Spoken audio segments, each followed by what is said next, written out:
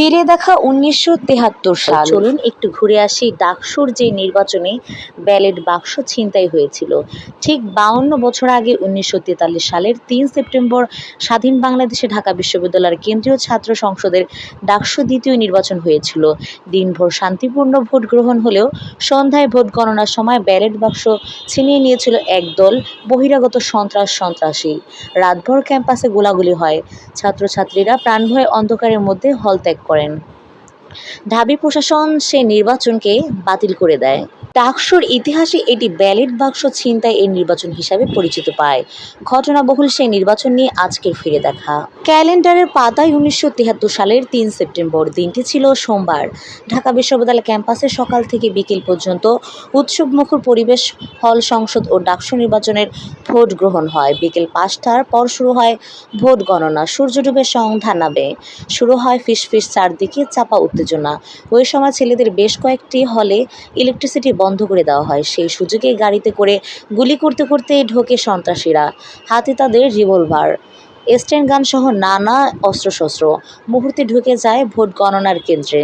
চিৎকার করে সবাইকে অস্ত্র ত্যাগ করে গণনা থামাতে বলে। কেউ কিছু বুঝে ওঠার আগেই ব্যালট বাক্স ছিনিয়ে নিয়ে চলে যায় তারা। দেশের অবস্থা তখন কেমন ছিল? ১৯৭৩ সালে দেশে নানামুখী সংকট চলছিল। তখন দেশের প্রধানমন্ত্রী ছিলেন বঙ্গবন্ধু শেখ মুজিবুর রহমান।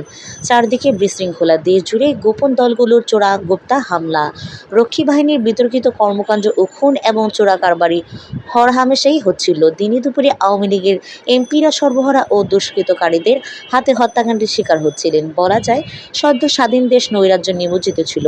ওই সময় বাজার ব্যবস্থা কিছু অসাধু ব্যবসায়ীদের হাতে চলে যায়। অস্বাভাবিকভাবে নিত্যপণ্যের দাম বাড়ে। ফলে স্বল্পমূল্য খাদ্য সামগ্রী কিনতে সাধারণ মানুষের জন্য সরকার রেশন কার্ড চালু করে। কিন্তু এক শ্রেণীর দুর্নীতিবাজ কর্মকর্তার কারণে অবৈধ ব্যবসায়ীদের হাতে প্রচুর ভুয়া রেশন কার্ড চলে যায়। সেই প্রেক্ষাপটে ছাত্রলীগ ও ছাত্র ইউনিয়ন ১৯৭৩ সালে ১৩ জন ভুয়া রেশন কার্ড উদ্ধার অভিযান শুরু করে। সংগঠন দুটির মধ্যে তখন সমঝোতা তৈরি হয়।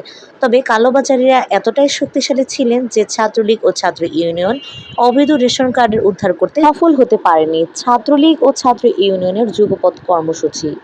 যৌথ আন্দোলনের অংশ হিসেবে ১৯৭৩ সালের ২১ জুলাই ছাত্রলীগ ও ছাত্র ইউনিয়নের নেতাকর্মীরা একসঙ্গে পূর্ব জার্মানির বার্লিনে যুব উৎসবে যোগ দিতে যান। সেখানে আসা ভিয়েতনামের ছেলেমেয়েরা হো হো হোচিমিন, রেড রেড স্যালুট, হো হো হোচিমিন, লাল লাল সালাম স্লোগান দিলে সবার কাছে প্রশংসিত হয়। ছাত্রলীগের নেতাকর্মীরা দেশে ফিরে ওই স্লোগানের আদলে শেখ শেখ শেখ মুজিব, ল ল ল সালাম স্লোগান চালু করেন। বাংলাদেশের ছাত্র আন্দোলনের ইতিহাস বঙ্গবন্ধুর সময়কাল ডক্টর মোহাম্মদ হান্নান।